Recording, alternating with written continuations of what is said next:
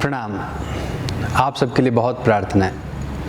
आज का जो आपका प्रश्न है और जो विषय है वह है ध्यान को लेके कि आप ध्यान कैसे करें और यदि आप उसमें बिगिनर हैं तो आपके लिए क्या दिशा निर्देश हो। किसी भी प्रकार का ध्यान एक लक्ष्य को लेके किया जाता है। यदि आप अपने जीवन में भी देखें तो जो भी आप कर रहे हैं उसमें बार बार आप इस शब्द को सुनते रहते होंगे कि ध्यान से करना, ध्यान से वहाँ जाओ, ध्यान से इस चीज़ को उठाओ। तो ये तो एक शारीरिक रूप पे आपके जीवन शैली का एक ध्यान होगा। जितने ध्यान से इसको करोगे उतना अच्छा आपका रिजल्ट आता है। जैसे आप ध्यान से अगर गाड़ी चलाते हैं तो आपको उसी प्रकार के उसके परिणाम मिलते हैं।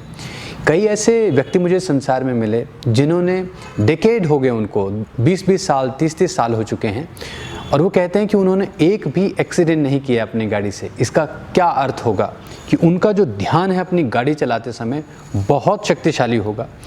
अपनी स्पीड को लेके, आसपास होने वाली गतिविधि को लेके उन्होंने अपना पूर्ण ध्यान रखा होगा। इस कारण उनका ये लक्ष्य आ गया होगा।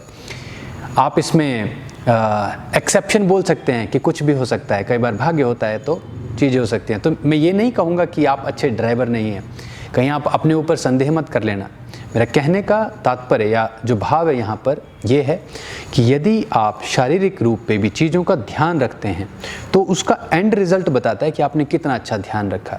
तो यदि मेरा शरीर पूरे जीवन भर स्वस्थ रहा, इसका अर्थ है कि मैंने अपने शरीर का ध्यान रखा। अब आपके प्रश्न पे आते हैं कि आप पूछते हैं कि आप ध्यान करना चाहते हैं।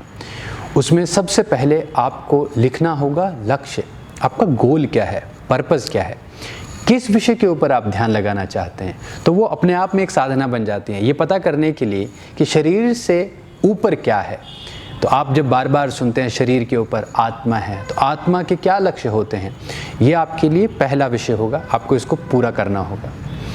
इस विषय को समझने के लिए भी आपको एक स्थिति में रहना होता है। हम वो स्थिति का ध्यान कर सकते हैं, उसे कहते हैं श्वास ध्यान। अपनी श्वास के अंदर आने, रुकने और बाहर जाने के ऊपर ध्यान देना।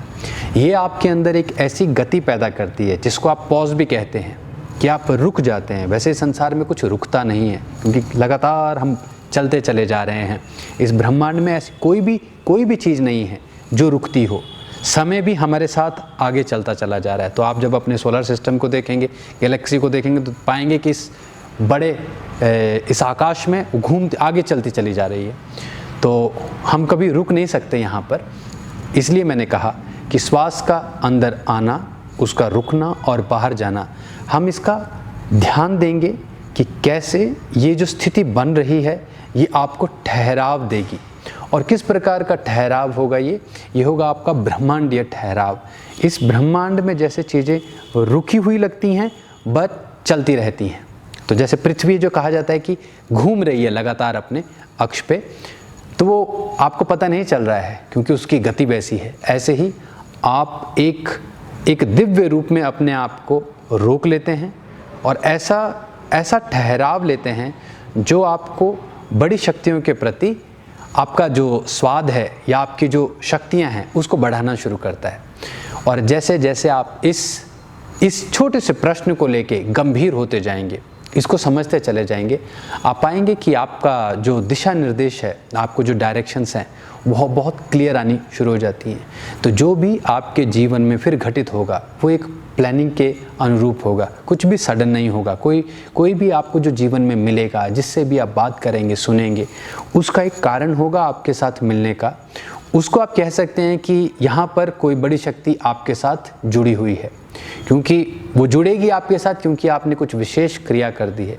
तो जब आप श्वास ध्यान करते हैं, एक बहुत विशेष क्रिया है। और मेरा मानना है कि हम जितना गंभीर इस विषय को लेके आगे बढ़ते हैं, जितना गंभीर इस ध्यान में आगे जाते हैं, हमारा जीवन उतना ही सुंदर, उतना ही शक्तिशाली होता जाता है।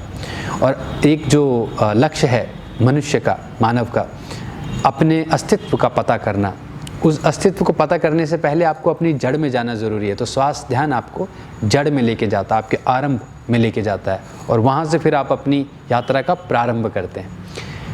तो ये मेरा आपके लिए एक अभ्यास होगा कि आप इस अभ्यास से अपनी शुरुआत करें। और मुझे बहुत आशा है कि आप अपनी ध्यान की इस यात्रा में बहुत आगे जाएंगे। तो आप सबके लिए बहुत प्रार्थना है। आपके प्रश्नों के साथ, आपकी बाकी जो इंक्वायरीज़ हैं उनके साथ हम फिर मिलेंगे। अभी के लिए इतना ही। धन्यवाद।